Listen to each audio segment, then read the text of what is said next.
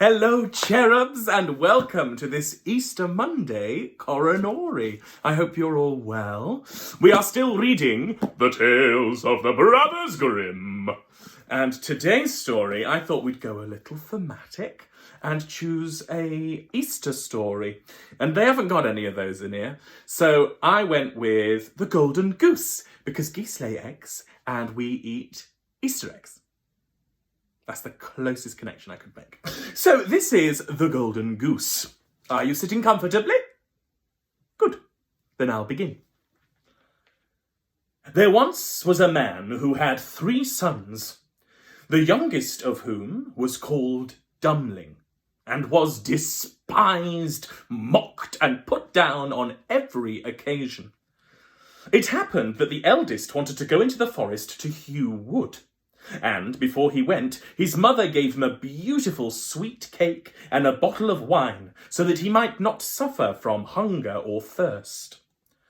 When he entered the forest, he met a little grey-haired old man who bade him good day, and said, "So give me a piece of cake from your pockets, and let me have a drink of your wine. Oh, I'm so hungry and so thirsty."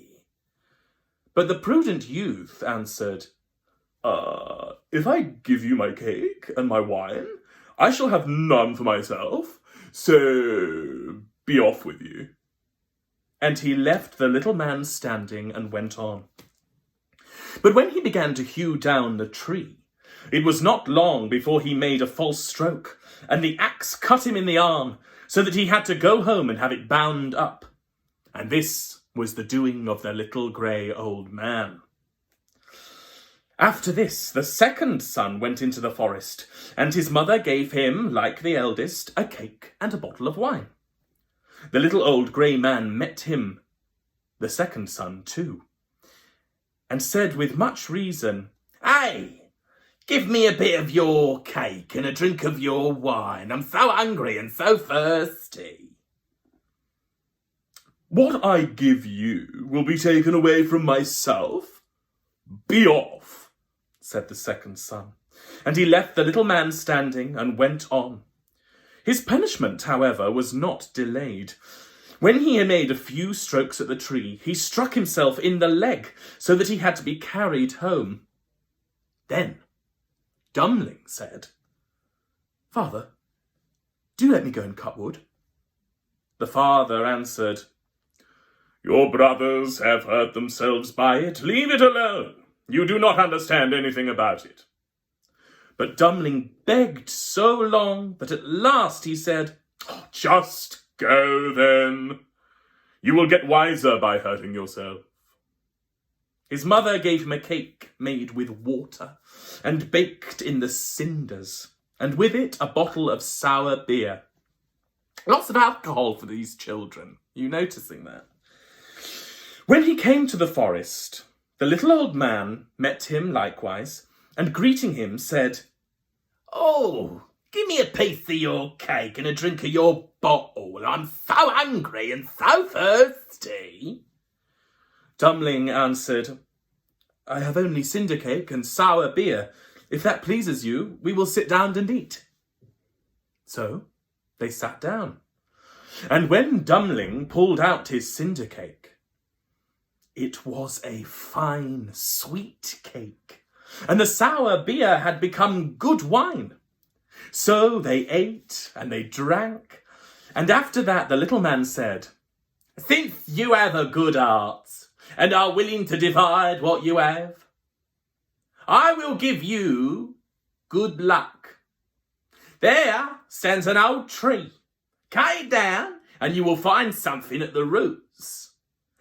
Then the little man took leave of him. Dummling went and cut down the tree, and when it fell, there was a goose sitting in the roots with feathers of pure gold. He lifted her up, and taking her with him, went to an inn where he thought he would stay the night. Now the host had 3 daughters, who saw the goose and were curious to know what wonderful kind of bird it might be, and would have liked to have one of its golden feathers. The eldest thought, I shall soon find an opportunity of pulling out a feather. And as soon as Dummling had gone out, she seized the goose by the wing, but her finger and hand remained stuck fast to it. The second came soon afterwards, thinking of how she might get a feather for herself, but she had scarcely touched her sister than she was stuck too.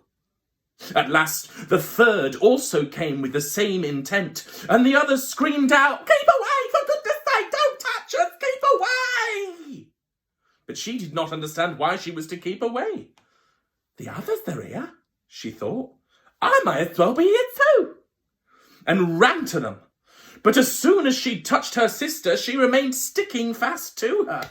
So they had to spend the night with the goose. The next morning, Dummling took the goose under his arm and set out, without troubling himself about the 3 girls who were hanging on to it. They were obliged to run after him continually, now left, now right, just as he was inclined to go. In the middle of the fields, the parson met them, and when he saw the procession, he said, "For shame! You good-for-nothing girls! Why are you running across the fields after this young man? It is hardly seemly." At the same time, he seized the youngest by the hand in order to pull her away, but as soon as he touched her, he likewise became stuck fast, and was himself obliged to run behind. Before long, the sexton came by, and saw his master, the parson, running behind the girls. He was astonished at this, and called out, "Oh, your reverence, where do you go so quickly? Do not forget that we've got a christening today." And running after him, he took him by the sleeve, but was also held fast to it. While the 5 were trotting one behind the other, 2 labourers came with their hoes, which is a spade-like gardening tool, from the fields. The parson called out to them and begged that they would set him and the sexton free, but they had scarcely touched the sexton when they were held fast. And now there were 7 of them running behind Dummling and the goose. Soon afterwards he came to a city where a king ruled, who had a daughter who was so serious that no one could make her laugh. So he had to put forth a decree that whoever should be able to make her laugh should marry her.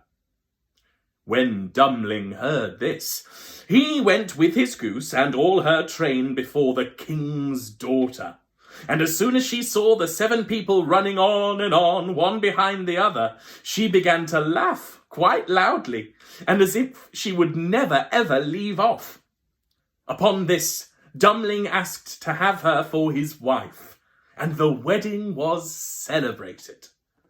After the king's death, Dummling inherited the kingdom and lived a long time contentedly with his wife.